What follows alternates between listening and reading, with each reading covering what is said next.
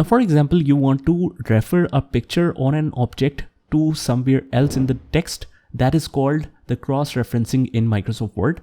Now, for example, I want to refer this picture in some other area, for example, here. So I'll open the bracket here and close the bracket. And within this bracket, I want to mention the cross-reference. So if you want to refer to any particular object or a picture within the document, that is called cross-referencing. We'll just go to Insert tab, and from here, let's select cross-reference.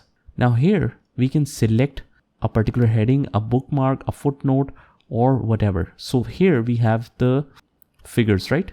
So in the figures, let's refer it to the US flag field. And you have the option to insert the reference of entire caption if you want to mention it completely. If you want to only label and number it, you can choose that as well. Or let's say that you only want to refer it by the caption text or a particular page number. So you can do that as well. So let's use only label and number.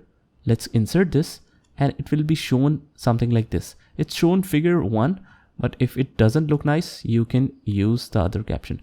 So let's delete this and let's mention the caption again. Let's say the entire caption. I want to see the entire caption. Let's insert this, close this, and this is how it is shown. Now, whenever you want to go to the link of this cross-referencing, we'll just hold the control key and then click. It will move to the reference of that picture.